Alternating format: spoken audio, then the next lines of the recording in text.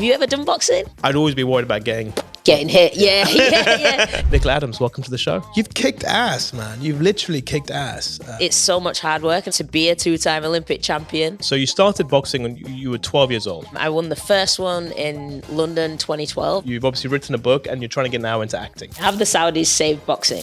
Could you take the rock? He's big, man. He's like, his thighs are like the size. Are they really? Like my whole body. He's a unit. Huh? He's a proper he's a unit. Are you regretful about anything in your past? Ooh. Oh, that's a good one. That's a good one.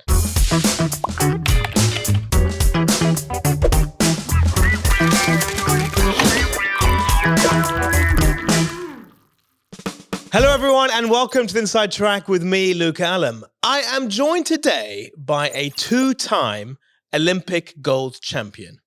She has an OBE also to boot. Nicola Adams, welcome to the show. My name is Nicola Adams. I'm from Leeds and I do Olympic boxing. I had so many people telling me, no, you'll never be a boxer. The winner in the red corner, Nicola Adams. What I love about Nicola is she powers forward. To survive.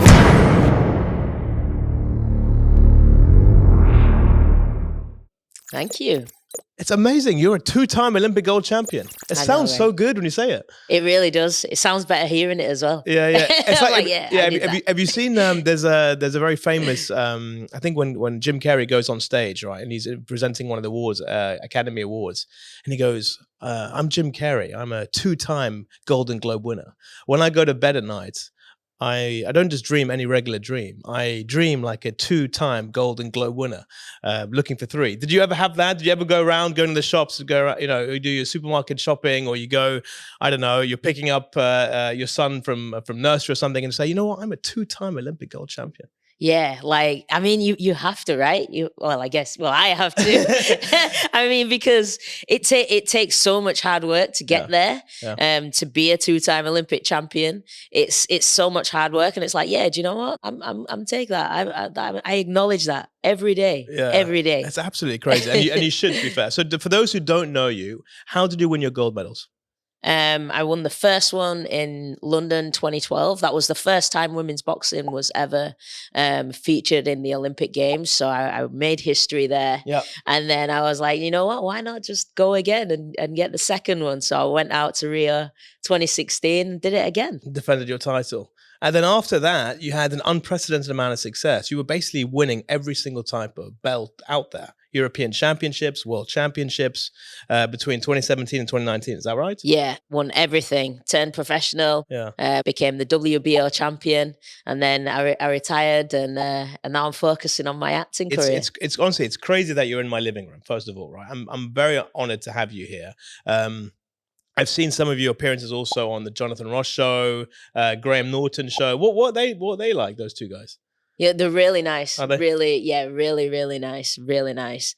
When I was on the Graham Norton show, I actually got the chance to be on the sofa with The Rock, and just hearing his stories and just hearing that he was a fan of boxing, and hearing that his dad was he used to spar Muhammad Ali, and I was just like, wow, completely mind blown. He's a big fan of yours. I mean, you love Muhammad Ali, bro. Yeah. Could you take the Rock? He's big, man. He's like, his thighs are like the size. Are they really? Like my whole body. He's a unit. Huh? He's a unit. That's crazy. He's a unit. Look, at the end of the show, by the way, I'm going to ask you, how do I compare with Jonathan Ross and with Graham Norton? So just keep that in the back of your mind. Jonathan, if you're watching, I'm coming for you. You brought a mug in. Actually, there are two mugs here other than mine. So talk to me about the mugs that you have here. What's the blue one all about? Yeah, so this one I actually had to bring in because I haven't got my mugs from home, but my favorite mug from home is a Dragon Ball Z mug that I have, and it actually, like, when you put the tea in, or like hot water or whatever goes in there, it changes color, and it does the fireball. If you've ever seen I've got one of those, but from Iceland, like it's a volcano, so you put it in the hot water, and all of a sudden the volcano starts to erupt. Yeah. I'm a big fan of anime. That's crazy. I would never associate that with you. By the way, I'm going to steal that mug and put it on the mantelpiece behind you. Right? Yeah. It's not your anime one, but it's good enough. But have you always been into anime? Is that something that is one of your passions, or is that something that you picked up along the way? Yeah, yeah, it's always been one of my passions. I've always watched anime, Dragon Ball Z, Demon Slayer. I had no idea what you're talking about. Yeah. I'm going to pretend I know what you're talking about. I have no idea. Yeah, there's the Tower of God. They're just like I love the fact that you it's a cartoon, but then it's so serious and real at the Yeah. same time. Like main characters just get finished off, and Yeah, you're just yeah, like, yeah. oh my god! But then you also have the science fiction part of it as well. So you can like add in things that you wouldn't necessarily be able to add into. Yeah. I guess a show with real people. Yeah. So I quite like that side of it. How is that treating you? How's the relationship going? Really, really good. Really good. Love raising a son, Taylor. Yeah. He's 2 now. Is So yeah, he's into everything, running up and down. Like, I mean, I know now why they call it the terrible twos. Yeah. By the way, they don't You stop have 2 at- kids, right? I've got 2 boys, yeah. And it doesn't stop at 2, right? So my eldest is a 3-year-old and he's still in the terrible 2. So just let you know, it doesn't end at 2. It just keeps on, keeps on going. No. And and I got the younger one who's going to be 2 soon, who keeps following what the older one does. So basically, whatever the eldest does, the youngest one will also follow. So if you're planning on number 2, just Need to keep that in mind. yeah, maybe give it a bit of distance. Yeah. Safe word time. So I might ask some questions potentially that you'd be like, oh, Luca, no, take it easy. I'm sure I won't, but if you do feel something that you don't want to talk about or you want to sort of avoid, you have a safe word. So what would be your safe word? Pineapples. Pineapples. Do you know how many people keep talking about pineapples as their safe word? It's crazy. I think you're the 5th or 6th person I've had on the show who uses pineapples as a safe word. What is that? Yeah, I don't know. It's it's one of my favorite fruits. So Is it? I think there's a conspiracy about, there's something, pineapples are suddenly taking over safety. the world. Yeah. Whoever drinks or eats a pineapple, just sort of it gets ingrained in them. That's mental. It's really weird, isn't it? Why is everyone using pineapple as a safe word? I wonder. But fair enough. I will note that. So any questions that I have, I'll use pineapple as a safe word for you as protection. Cool. Awesome. Yeah. So for those who don't know, because obviously you moved to Dubai, so people in the UK will know you, but for people who are watching in this region, they may not be too familiar with your story. Okay. Yes, you've won 2 gold medals. Fantastic achievement. Yes, you were knighted, right? You have an Order of the British Empire. You have an OBE. Yeah. From the Queen. Yeah. Right. What did you ever meet the Queen? Yeah. What was she like? A few times. She was. Well, look at you. Well, me and Queenie. Yeah. she was really, really nice. I can just never get over the image of imagining her watching my fight, because she said that she saw my. She's a fight fan. Yeah. She was a big boxing fan. Yeah. And she watched my fights on the TV, and I just have this crazy. vision of the Queen just sat there with a cup of tea, just chilling out. Nikki. Watching the boxing. That's brilliant. That's brilliant. Obviously, she's passed away. She was a great queen, though. We loved her. We loved Queen Elizabeth. And so you've obviously left the UK. So a lot of people will know you in the UK. But when you moved to Dubai, how are you introducing yourself to people? Because obviously you're trying to rebrand in some way, right? You've obviously written a book and you're trying to get now into acting. I think you've just landed a movie role, right? Out of Hollywood. Is that correct? Yeah. Just landed my first role. Yeah. The movie's called The Gun on 2nd Street. Okay. Yeah, we start filming in April. So I'm super excited about that. I can't wait to start filming. It's been a long journey. I've been in acting school since 2020, so still in acting school now. I'm just always learning it's all the completely time. completely different. Yeah, discipline. completely different. I think the only thing that carries over from the boxing is the work ethic, Commitment. and just having that. And I'm also very coachable because of that. Yeah. I can take everything in and then start performing. Amazing. Look, there's a lot I want to talk to you about. So you started boxing when you were 12 years old. Yeah. Correct me if I'm wrong. And at the time, you weren't being able to fight any girls because there weren't any girl boxers at the time. So you had to fight boys. Yeah. And it wasn't until much later on that you had to actually have your first professional or amateur fight. Okay. But you took a massive commitment and you sort of had that belief that you were going to make it. And you ended up making it. You then obviously went on Strictly Come Dancing, correct me if I'm wrong, right? And you had to learn a completely different type of skill set, very similar to, I'm guessing, boxing in some regards with the foot movement and everything like that. And now you're doing acting. So I'm looking at your life sort of span, and you've had 3 different waves of committing to different types of major activities or professions, if you like. Is that something that you've always had, or is that something that, you know what, you just said, oh, I've done it once, maybe I can do it again, and I can do it again? Or do you have this sort of belief that you want to try and conquer as many things as you can? I think I just go into things and I'm like, you know what, I'll give that a try. I'd never, do you know, when Strictly Come Dancing came around, and I'd never seen the show. I didn't really watch it. And my agent was like, oh, you go do this show. It's really good. You'll love it. It's just dancing. So I'm like, oh, okay, how hard could it be, right? It's just dancing. He says, just tune in Saturday night and have a look. So I've put on the TV and I'm watching this show, and the dancers are like flipping in the air, coming down from the ceiling.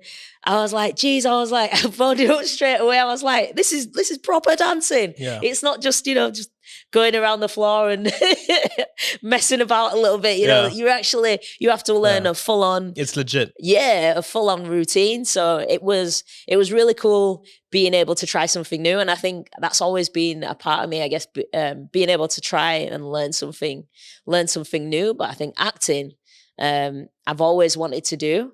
It was just the boxing came first. But you've been sort of smashing stereotypes as well, kind of throughout.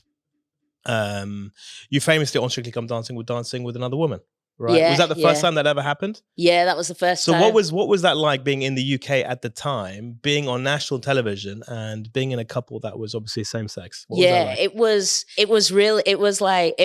It got like mixed. Well, not mixed. A lot of people were like, yeah, this is amazing. And then a few people were like, oh my God, this is crazy. This can't be done. And it's like, but you go to a nightclub and you dance with your girlfriends. Yeah. When you're there, what difference does it make? Yeah. And then I got a whole community from the dance community that were like, oh my God, I'm so happy you're doing this, because there's not that many male dancers. So a lot of the time, the women dance together in the competitions, and they were like, it's so nice to be recognized for that. Yeah. So I was like, wow, like I'm breaking down a barrier that I didn't even know, was one for them in the dance community as well. So it was really nice to be able to do that, and just move people forward. You must have inspired a lot of people, right? I'm guessing.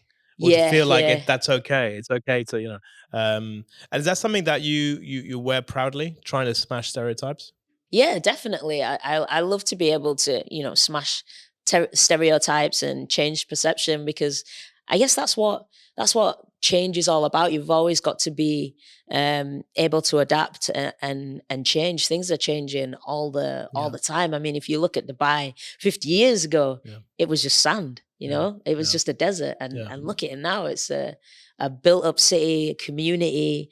It's great. It's a city for everybody, isn't it? Really? Yeah, and it's all about being able to adapt to change. Yeah. Are you regretful about anything in your past that you wish you could have done differently? Yeah, I get asked this a lot, and I'm like, no, because if I didn't do the things that I did, maybe I wouldn't be sat in the chair. Maybe I wouldn't be sat having this interview with you. It's not an interview, it's a chat. We're having a chat. Yeah. Yeah. So what about you? Have you done anything that you regret? Or? There's a lot of things. Small things though, not the main. I think the big stuff you get right. I think if you look at all the big things in life, it starts with your life partner, right? Who do you want to choose? I married a fantastic woman, right? So for me, that was the right decision. Having 2 beautiful boys was another big decision. That was also, I mean, I know what I just said 5 minutes ago, but that was also a right decision. Me starting doing something different to what I was doing beforehand, I was in corporate for about 20 years, is for me now the right decision, because it feels right.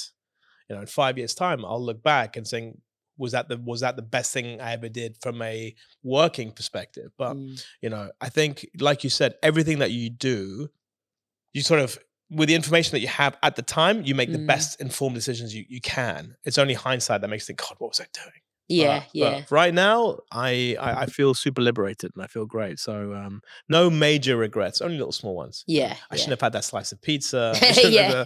have, that sort of stuff. I have that one as well. Yeah. By the way, no pineapple on my pizza. Do you have pineapple on your pizza? No. Okay, that's good. Okay. And so you're looking now to redefine who Nicky Adams is, Yeah, right? yeah. When people come to you and they meet you for the first time, what feels most natural to introduce yourself as? For me now, 'Cause you're in that space, right, where you're not an actress, but Yeah. you're starting. You're on a new path, but you've known for something else. And I can relate. I've been known for something else, and I'm on a new path. So when someone asks you now, how do you who are you? Is that easy to answer or quite I challenging? say I'm an actor. Okay.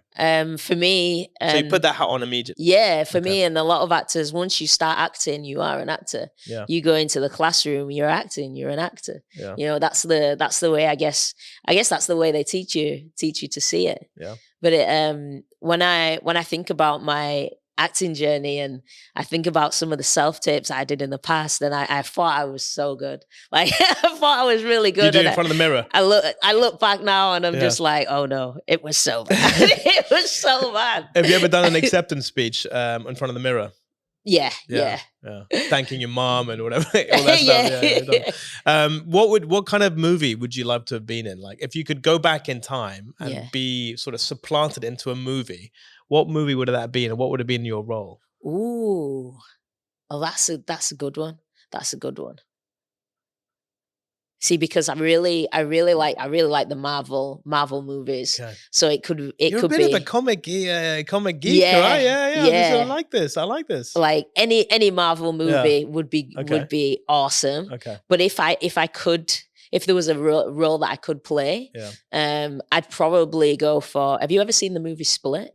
No, I haven't. With James McAvoy. If you haven't watched it, he actually plays like a split personality, so loads of different characters, but in one person. Oh wow! And I'd love a role like that, or something that's really going to challenge me.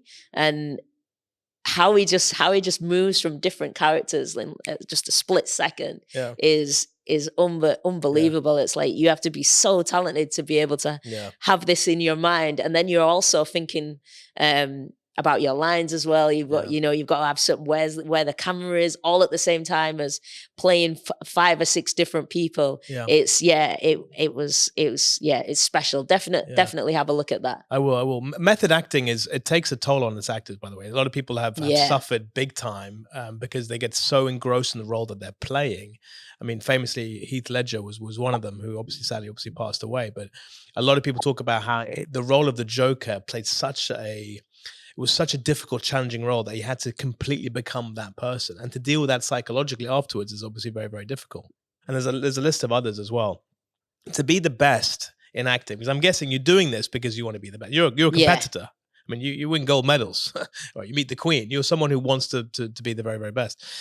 Are you prepared to go as far as it takes to prove yourself, or are you here just to pick up a paycheck, show your face, keep your brand sort of in the spotlight to some degree? What is the ambition here? Yeah, no, I want to be the best. I want to push the boundaries of me and what I can do.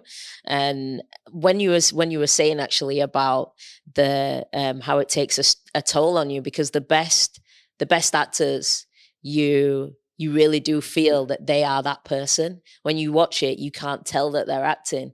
And to do that, you have to embody the character that you're playing.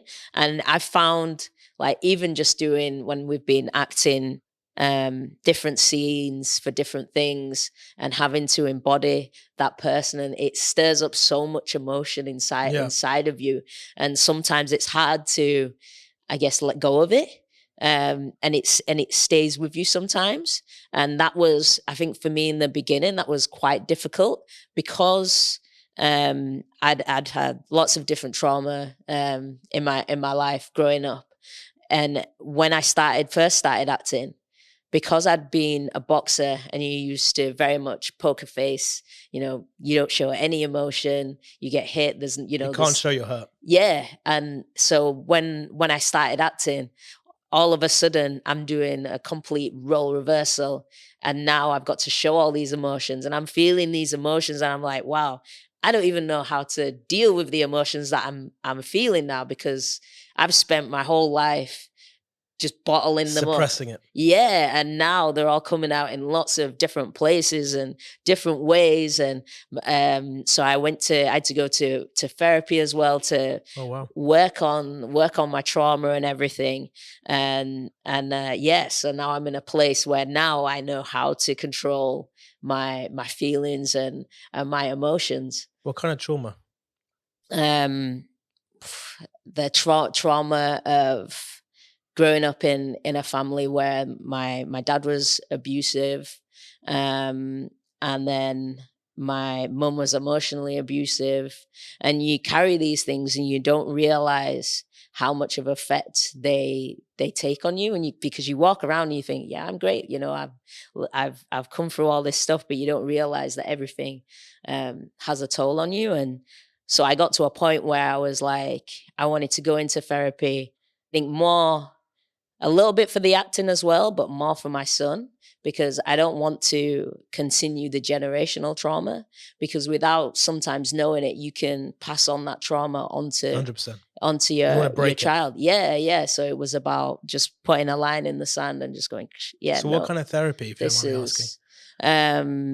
Because I've done similar thing. I've done more. They call it theta healing. I don't know if you've heard of theta healing, but it's a lot of that goes into your subconscious, right? And what really all of the childhood trauma that you have and what you've been through.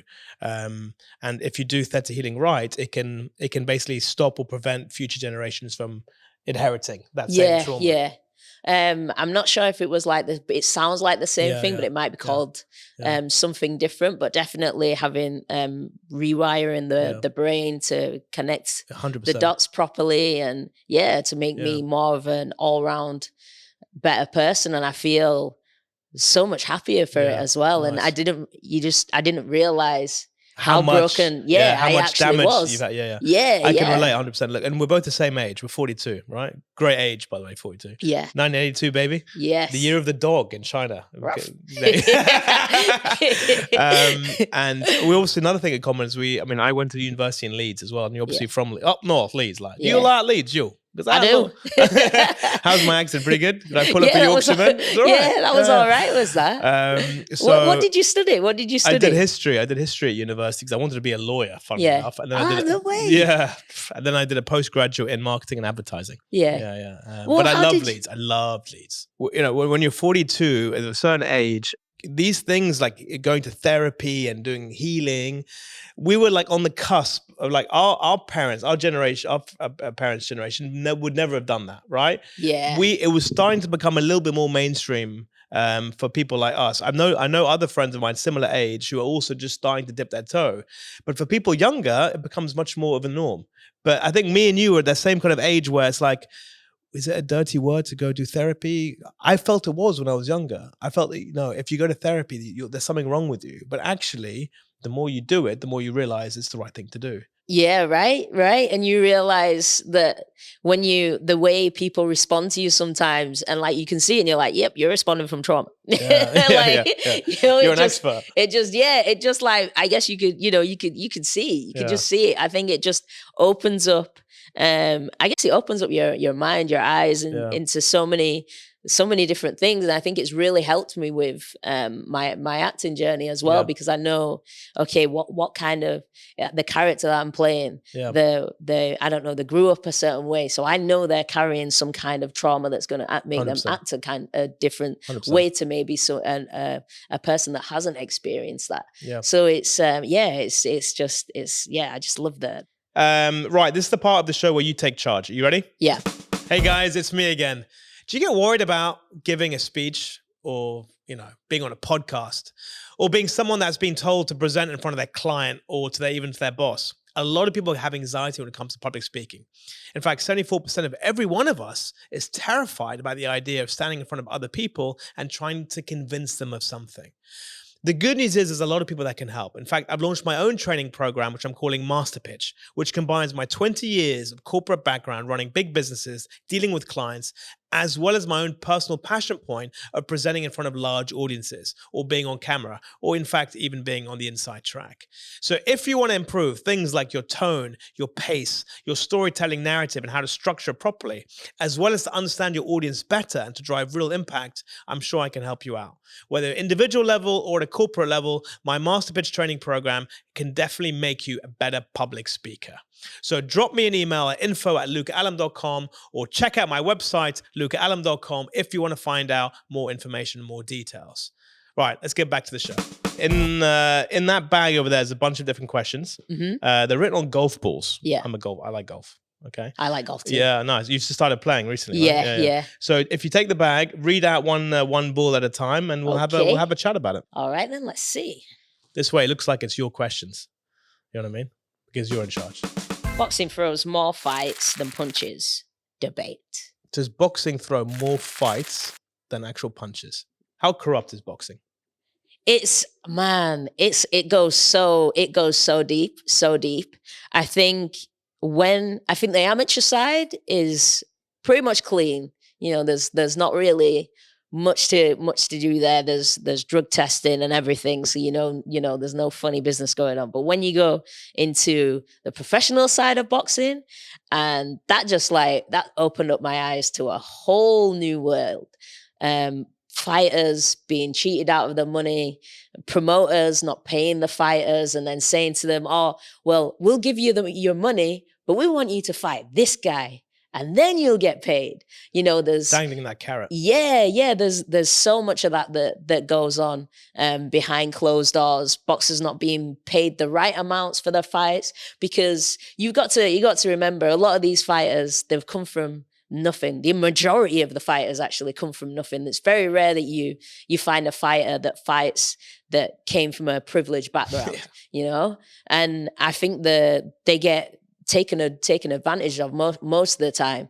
I've known fighters to be like, oh, they go to the promoter and it'd be like, here's $100,000. And they're like, oh, like this will be the most amount of money they've ever seen, you know, in their life, on a table in front of them. And they're like, yeah, I can have that. And it's like, yeah, cool. But what they don't realize is they'll be like, oh, so I got you this car, I got you this apartment. So out of that $100,000, they're going to take the money for the car, they're going to take the money for the apartment. Oh, and the trainer also needs paying too, so we're going to take that too. And, you know, and then there's the tax man, he's going to take that some fine too. print. Yeah. So they and drown it's them just, in that fine print. Yeah. But and then it's like they'll headline these big events, pay-per-view, and say they get $100,000. How much do you think they possibly make a 90,000 sold out arena? And they think they're making the most money ever with the $100,000. They're just getting, you know, completely robbed. Yeah. And what about the actual fight itself? Fighters throwing fights. Yeah. How often does that happen? That happens too. I'm not sure how often that happens, but you have the first few fights, you always fight journeymen anyway. Yeah. So they know that they're just in there to teach you like little bits, you know, of how to get around the ring. Basically just get you through the rounds to get you used to it. So you always know those first few fights, they're just fighting somebody that's there to lose. You know, you've probably seen sometimes when they say the fight card of the journeyman, and he's like had, I don't know, 300 fights and lost like 295 fights, you know, so you know what they're there for. And then there's the judging as well. Sometimes the judges get paid off. It is a hard sport, because you're not only fighting the person in the ring, you're fighting the judges, like, and everything else that goes around. And the crowd as well, to be fair. The crowd have their favorites, home venue, away venue, all that kind of stuff. Yeah. It's it's been seen as a sport that has had a lot of corruption regarding it. Yeah. And in a way, it's ironic, because boxing is one of the purest forms of sport. Right. It's two people in a room. In a ring, boxing it out, right? Yeah, who's stronger, who's tougher, who can take more punches, who can hit harder. But that has been corrupted. There are some fights. I mean, look, the Mike Tyson fight, I'm sure you watched that. Yeah. I mean, come on. I mean, that did not look like that was a normal, regular fight. It looked at many opportunities that Tyson could have knocked him out, but he didn't. He chose not to, which is really sad to see, because it hurts the legacy of that boxer. But I also feel as well, I feel that he just couldn't get close to Jake as well. You got to remember he's 58 years old. I get that, but there were It's, times where he would go in and then Tyson would be ready to sort of, the then arm he was just coiled didn't- and then he doesn't. he And didn't throw it. He's I think- completely exposed, you know. I think sometimes as well, it's to do with timing. He might have thought if he throws the shot, it might not have connected. Yeah. Because in the first few rounds I was seeing, you could see his head movement. He's slipping, but his feet just weren't there to be able to get those counter punches off that he needs to. I mean, it could have been fixed. Yeah. But I feel. Money talks, man. Money talks. Yeah. Mike, if you're watching, I mean, no disrespect. It wasn't me who said it. Should we do another ball? Have you ever done boxing? I sparred once, but by the way, it's a great workout. So if you want to lose weight, get the gloves on and start, hitting a bag. But I'm not a violent person. Honestly, I've never been in a fight in my life. I don't have that in me, except I feel if I'm pushed, I reckon if I'm pushed to it, I would. But the idea of sparring, I like, because for me, I like timing. I've got quite good hand-eye coordination, but I'd always be worried about getting hit. Yeah. Do you know? I always used to the entire time. You know what I mean? I always used to say to people like, I used to hate getting hit. Yeah. Like absolutely hated getting hit. Yeah. Had me and they'd be like, well, why do you do boxing? I was like, I love the sport, so I just concentrate on not getting hit. Yeah, for you it's like chess, right? It's about anticipating what your opponent's going to be doing and thinking ahead and trying to counter at every point. Definitely. Yeah. I know a bit of the lingo. Should we do another ball? Okay. Yeah, look at me. I've done a bit of research. Yeah. Did you ever have the red mist? Did that ever come to you? When I was younger, when I was fighting. So red mist is basically when you lose it. Basically, you're really up. You're just someone's hit you and you just want to smack the hell out of them, right? You go all Hulk. So you only had that when you were younger. Yeah. Okay. I reckon that would just be me the entire time. To be fair. The personality or the skill, what drives boxing legacy? Ooh.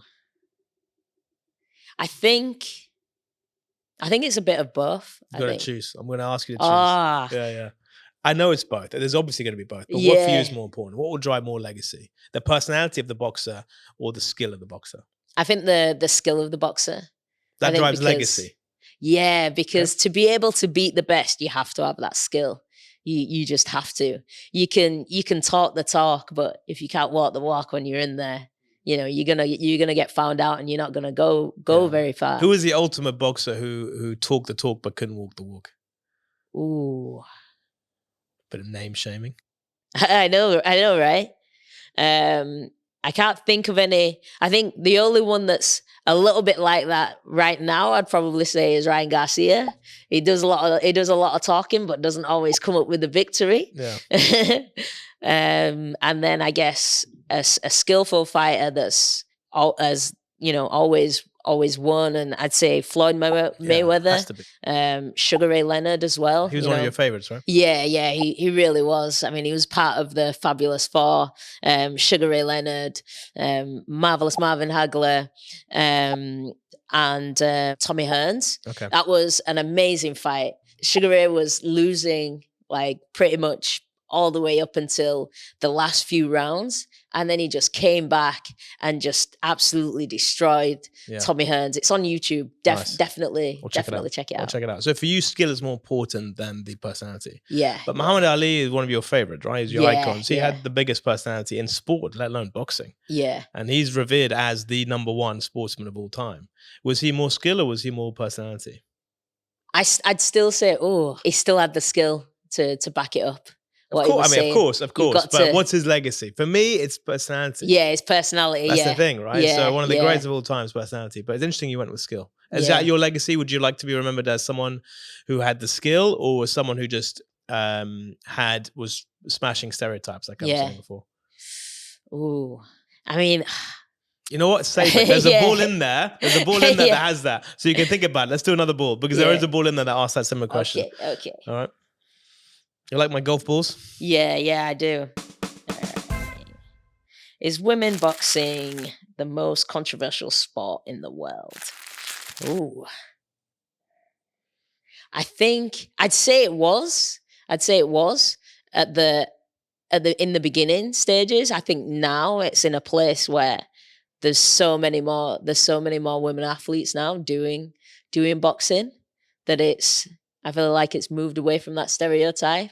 Yeah. Especially when we had Katie Taylor and Amanda Serrano on the undercard of Mike Tyson. Yeah. You know, that was amazing to see. It was a great fight. Yeah, really good fight. I could see a number 3 of that. That'd be awesome. Don't know how much Katie's got left in the tank for that, but it was. But it's been through the news a lot. Women boxing in the last, especially in the last sort of 12 months, 24 months.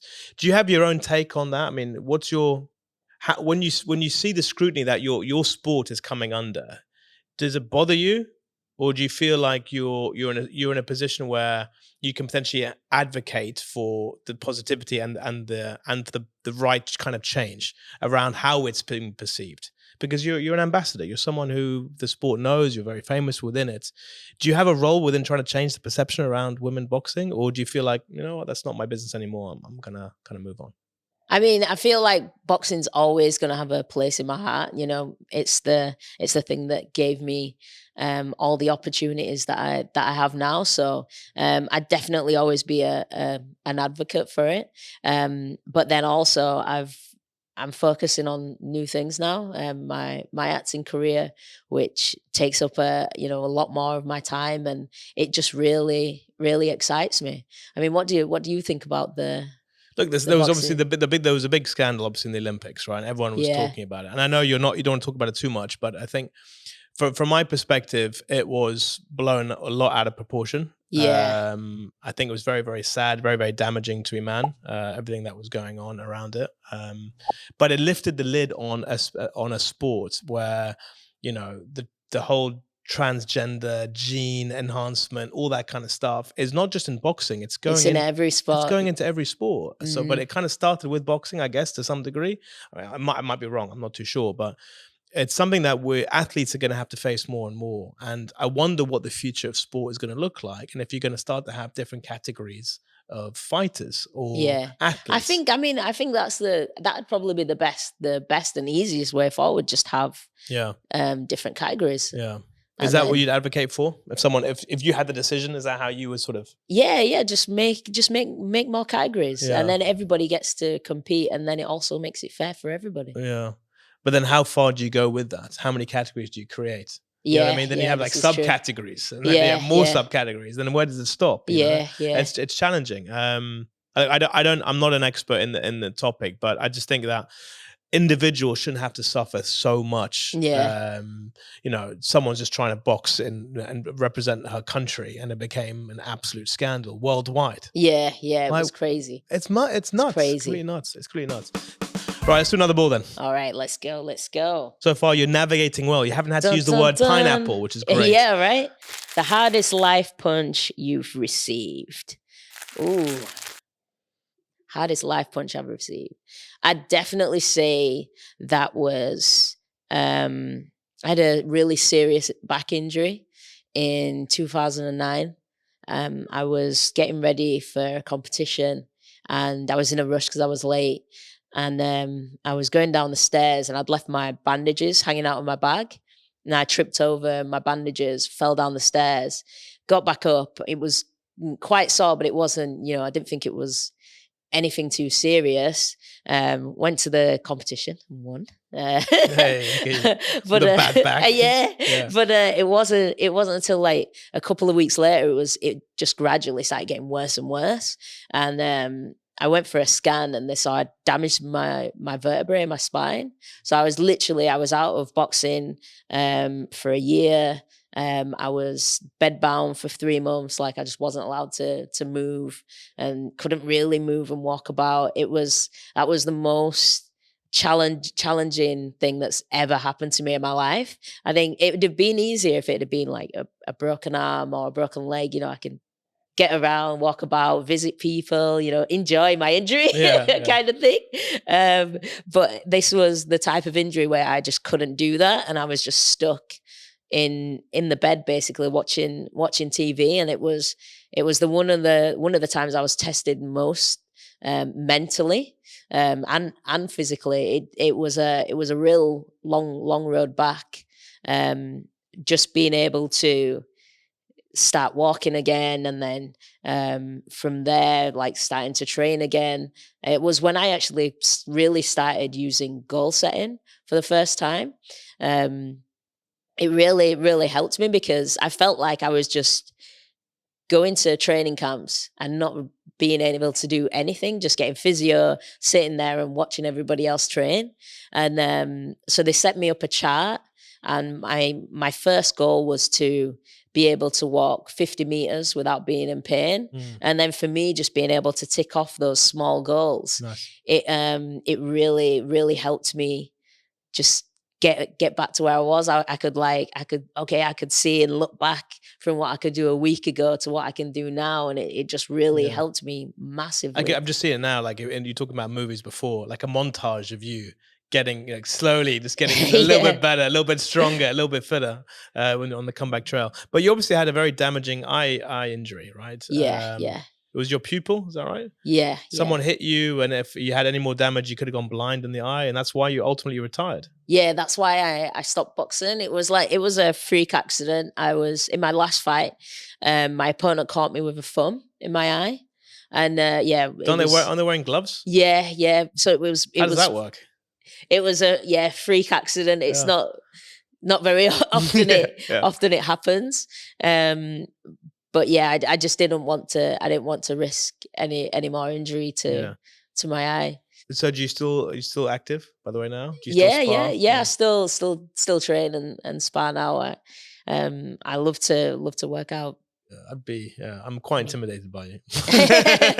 Let's do another ball. Do you work out? I do. I try to everything pretty much 4 times a week. Yeah, 4 times. That's a week. good. Yeah, that's it's good. all right. And I play football as well. Yeah. I think I still believe that I'm good enough to play good level of football. You know, your mind is telling you one thing, but your limbs, your legs, your hips, it just doesn't work. Yeah, I pulled my calf yesterday coming down the stairs, for goodness sake. So I'm getting old, man. I'm getting old. That's like me in the gym. I'm like, I've still got it. I've still got it. My back. Right, what have you got for me next? You're in charge, Nikki. You're in charge. What have we got? All right, let's have a look. Smash stereotypes or smash your opponent? See, that was the question before. I said it's going to come a bit later on. Yeah. Ooh. What gives you more satisfaction? Smashing my opponent. Yeah. I love the I guess the chess, the science of it, breaking your opponent down and being able to get your opponent to a point where they're even too afraid to even throw punches, because every time they throw a punch, they're getting counterpunched. So they don't even want to throw any punches anymore. You know, being able to, because when you're a fighter, you break your opponent psychologically as well as physically. But if you can break them mentally first, the job's half done.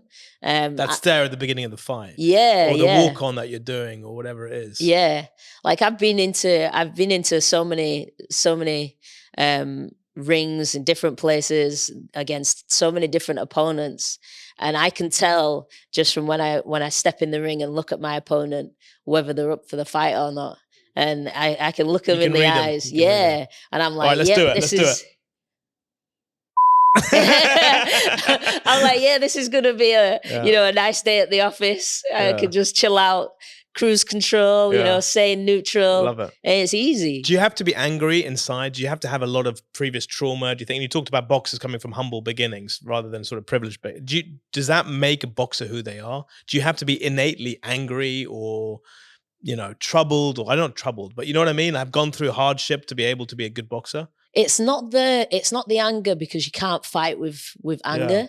It's the I guess the struggle. Yeah. The not having everything and not being able to provide, being hungry, if you've had to fight for survival. Yeah. Having that kind of drive when you're in the ring, or having that kind of drive, I think in any career, when you have somebody that's like that, they're always going to be able to push a little bit further than somebody that's, they get up and they've got everything in the morning. They've always got something to fall back on.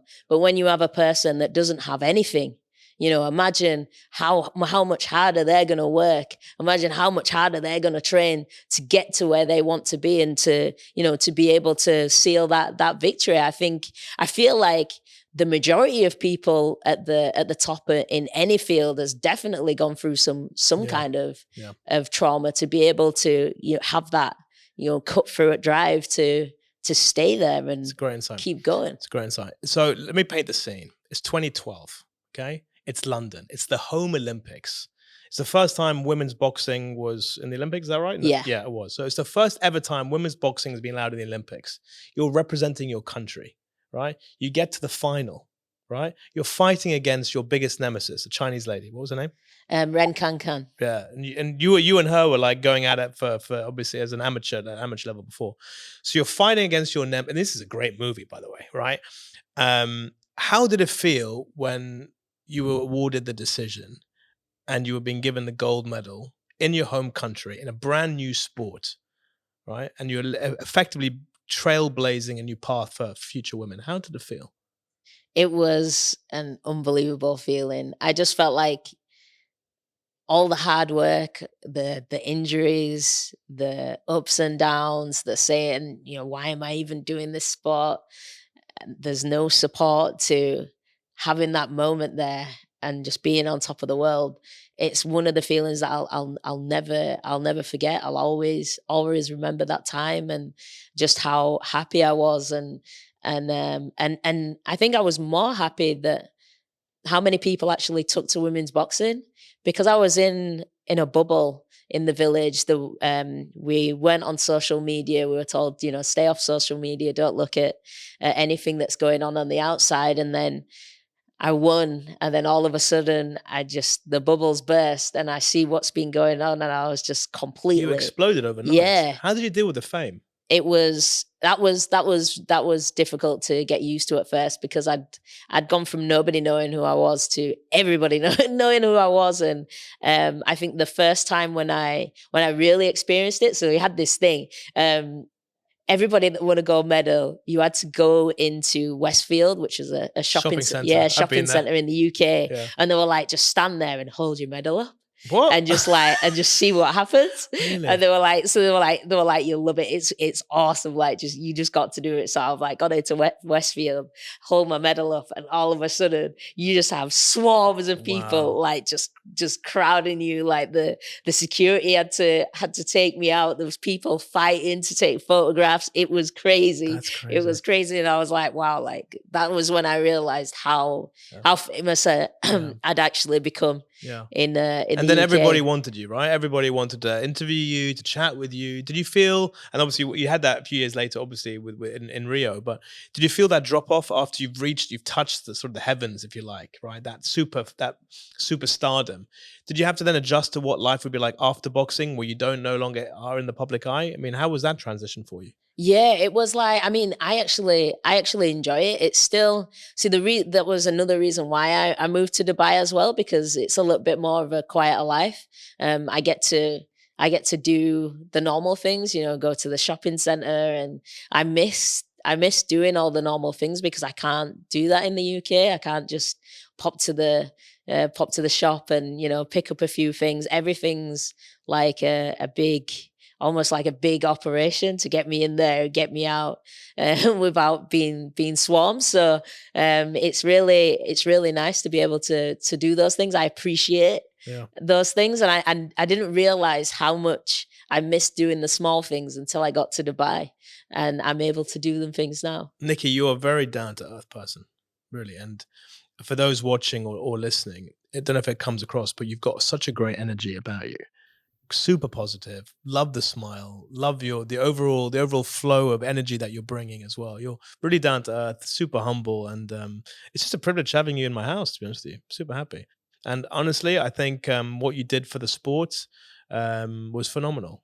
And to go again in Rio and back it up with another gold win, it's fantastic. Thank you. Yeah. Thank so you. Smashing the opponent, huh? I love that, because you're Smashing being true to who you are. I love that. Do you do another ball? Yeah, I think we've got 3 more. We're on a roll, my dear. We're on a roll. We're on a roll. Okay. See, Jonathan Ross doesn't have any balls like this, does he? I know, right? Okay, yeah. What does it say? Yeah. Have the Saudis saved boxing? Have the Saudis saved boxing? Yes, Why? definitely. How do they do it? Because they've been able to get the big guys in the ring. They've been able to get the big fights that everybody wants to see happening. I mean, it normally takes years to get a Tyson Fury, Usyk in the ring. They were debating for years and going back and forth, and then the Saudis came in, put the money there, and it was like all these fights are happening. Yeah. And I was like, yes, they literally saved boxing. I 100%. feel. I felt boxing was going through, again, accusations of corruption. Yeah. Big fights weren't taking place. They were being super delayed. There wasn't a general interest. Saudi come along, and specifically one man, Turkey comes along, and everything starts to change. And, you know, there was a lot of negative backlash in the UK when the Saudis were taking Formula One, when they were getting involved in WWE, when they were getting involved in golf. But with boxing, for some reason, everyone in the UK is appreciative of the Saudis now, what they've actually done with the sport, right? Which I think has gone full circle. Have you been to Saudi? Are you planning to go? Yeah, I've been to Saudi. I've done some of the presenting and stuff there. Nice. Yeah, it's really, really nice. Really, really enjoyed it. I just love what they've done with the boxing. It's unbelievable. Just being able to get the guys in the ring and fighting the best, because that's what you want to see. You want to see the best fighting the best. You don't want to wait 2 or 3 years for them to fight and then one of the fighters pass the best and it's not going to be the same fight anymore. You want to see them all fighting now. Yeah. And that's what gets younger people into the sport in the first place, right? When they see these great, you know, warriors going in to do battle, it's like that inspires them to do that. And the Saudis have brought that. Do you think the Saudis have been and by the way, the news came out, obviously they won the World Cup for 2034 Football World Cup. Oh, cool. Yeah. I think 2034 World Cup is going to be taking place in Saudi. But there has been in general a negative association of Saudi Arabia with sport, right? Why is that? Why in the UK do people generally haven't shown a lot of love to the Saudis? Unfairly, in my opinion. I think because they can't drink. Yeah. It's as simple as that. Yeah, I think it's literally the alcohol. Yeah, simple as that. If you ever see the football, you know, there's always cutbacks to people in the pub having a drink. Yeah. Do you think there's also? I agree with you. Do you think there's also a hint of jealousy there? Yeah, there could be that as well. Yeah. Who these guys think they are, coming in and taking all these sports and doing such a great job? Yeah, but I mean, it's all about change, and it's change for the better. They're doing amazing things for sports. Yeah, not just in sports, to be fair. They're doing a lot of amazing things across many other sectors, and that's what happens when you have a leader that's thinking super progressive. But look, we've had it in Dubai for the longest time with Sheikh Mohammed bin Rashid, a visionary leader who then sort of takes the country or takes the region into a certain direction. That's what's happening in Saudi. I've had the privilege of going to Saudi. I went there in 2010. Okay, so 15 years ago now. And then I was, I went there relatively recently, like a few months back. Again, I used to go quite a lot. The changes that country has seen is ridiculous. Riyadh is unrecognizable versus how it was 10 years ago. So I just dread to think what's going to be like in 10 years. It's going to be phenomenal. And then as they gear up to the World Cup, you can expect it to take on another level. But when it comes to boxing in particular, do you think that this is just the beginning? In terms of what the Saudis want to do with the sport, or do you feel like that this will kind of remain the sort of status quo for the foreseeable future? No, I think this is just the beginning. Yeah, I think it's going to get bigger, better, and more exciting things are gonna happen with it. Definitely. Watch this space. Amazing. Yeah. Another ball. Let's do it. Let's go. Defense or attack? What wins titles? Ooh.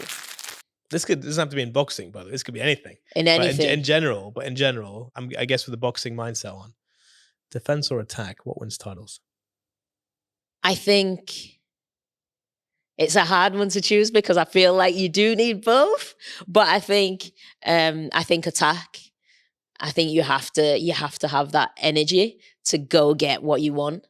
So I definitely think attacking in life, you have to attack it head on. Like, let's go. You seem to be someone who's attacked life pretty much from the get-go. What about you? In terms of attack or defense? So if I look at it from a boxing perspective, and even from football, they always say defense wins titles, right? If you have a strong defense. I mean, Mayweather basically his attack was okay, but it's Mayweather's defense has made him so successful. For me, when you defend, the connotation is you're scared, Mm. you're cautious, you don't want to take a risk. And then the connotation of attack is that you want to take a risk, you want to be adventurous, you want to go for it. You should lead your life trying to attack life. You shouldn't lead it trying to be scared of life. But it might change through different mindsets or transitions of your life. So, for example, where I am now, I want to attack. Yeah. Right. When I'm 60, who knows? Maybe it's more about, you know what? I don't want to take more risks. I kind of like where I'm at. So maybe that changes over time. But yeah, I think generally speaking, it's more exciting. It's more interesting, and you tend to get higher rewards when you attack. You don't get big rewards when you defend. That's how I would take it. But I like how you flipped the question on me. I like that. All right, let's do one more. I think we should have one more in there. Based on my maths, we should have one more in there. Yeah, there's one more. All right. Okay, let's have a look. Politics and Olympics, separate or entwined? Politics and the Olympics, are they completely separate or are they entwined? How much politics are there in the Olympics? See, that's like, I don't know. I feel like maybe it's entwined. No, I feel like, no, I don't know. I don't know. I don't know. Maybe. I'm from Leeds. Yeah. I love Leeds. I miss it so much. I feel like. By the way, you need to take me out in Leeds one day. Yeah? Yeah, definitely. Take me out in Leeds. Yeah. I'm giving you some buying time, by the way, right now. I'm giving you time to think about your answer. Thank you. Thank you. I'd say it's probably entwined, I'd say, because everything has to work together. The politics of it and the sport side of it. And without the politics, you don't really get the sport as well. So I think they're both entwined together. When you were winning your gold medals, did you see these politicians or come to you and want to take a photo with you? Which, we would support Team GB. Did you see all of that? Oh yeah. How, did you feel like you were being used as some sort of puppet? No, because you've got to see it as you got to take from it what you can get from it as well. So it's I always see it as a 50-50 exchange. They're getting what they want and I'm getting what I want. I get the exposure too. They get to, I don't know, whatever they're trying to piggyback off you. Yeah. Okay. So do you think politics generally going forward, can Team GB or any country be successful without proper funding, without the government fully supporting the sports or the team? And if that is the case, if they do need that funding all the time, do you feel like if they don't get it, the government will quickly switch on the sport and sort of turn their attention elsewhere? Is it fickle? Yeah, it really is. It's about winning and losing. And not that long ago, actually, Team GB didn't get that much funding and we didn't win that many medals. And as soon as they started getting funding, you saw the medal count just go through the roof. So you really do need that funding to be able to compete with all the other countries, especially when you think about the likes of China. I've been to their setup in China in Beijing, and I mean they have everything you could think of in one place. You see the horse riders, you see the divers, you see the weightlifters, and they're all in one place. And it's just, it's impressive. It's unbelievable. And we have maybe, I don't know, the top maybe 3 or 4 really good athletes at each sport, and they'll have a good 200 people that are all really good at this one sport, at this one weight division. Man. They got the numbers. It's impressive. It's impressive. So to be able to compete with that, you do need the funding. Okay, I've always wanted to know this. You're in Team GB, right? And do you look at specific countries and the medal table and go, we just have to beat these guys? Yeah. Is there 1 or 2 countries that you just have, you're competing with? Who are they? It has to be USA and China. Okay. They're the big medal. But medal can you holders. realistically overtake them? I mean, it's going to be unlikely.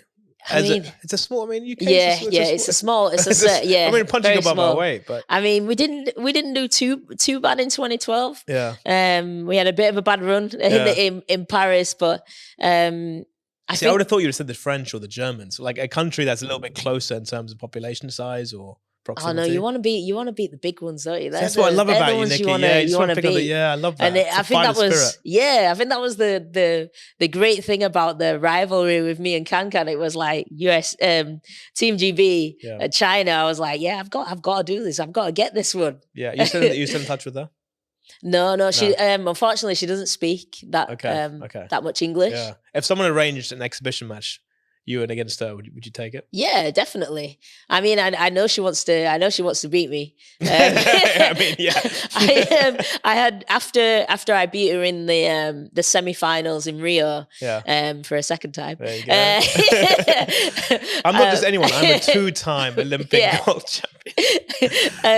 I remember an interviewer saying to me that because she disappeared after London. I didn't see her on any of the on the circuit tournaments. She wasn't anywhere, and then she appeared in Rio, and they said that she'd literally just been focusing the last 4 years on beating me. Yeah. So I was like, wow. She had a picture of you on her wall, dartboard, just hanging constantly. Yeah. Crazy. I love it. I've got one ball here, which is a blank ball. Yeah. And I give it to the guest at the very end. And I basically say, you can ask anything you want to ask, or you can say anything that you want to say that you haven't already said. So a particular insight that you've learned along the way, or like I said, any question that you want to have a chat with me about. Yeah. So the ball is yours. Okay. You can ask, say, do whatever you like. Awesome. All right. So if you could be anything, like anything in the world, like what would you be? Like it can be job-wise, it can be sport-wise, anything. What would you do? I'm happiest when I'm doing something like this, honestly speaking. It's just about growing it and reaching bigger audiences. So I love the trajectory that I'm on, the path that I'm on. It's a very new path. I've been doing this for about a year, give or take. But I would be me. I would just be a more confident version of me. And I would want to connect with audiences as far and wide as I possibly can. Yeah. That's what I would want to do. Cool. Yeah? Is that good enough? Yeah, that's put me on the spot that's there. Good. Yeah. I can still take you, but no chance. Look, Nikki, it's been a real pleasure having you on the show, really. You're down to earth. You're, like I said, you're super humble. You're fun. You're positive. And you've kicked ass, man. You've literally kicked ass. You've had incredible successes. And you're starting a new venture. Based on your track record, you're going to be successful. And the fact that you want to be the very best in it, just go for it like you've been doing. I wish you all the very best, really. Thank you. Yeah. We're going to stay in touch. Yeah, definitely. I want to keep an eye on the movie that they're going to be featuring. If they want to walk on part with me, happy to provide those services. But wish you all the very best of luck and enjoy your time in Dubai, of course. Thank you. All right. Guys, thank you so much for watching and listening. Please like, subscribe and share. And thank you very much. I'll see you soon on The Inside Track.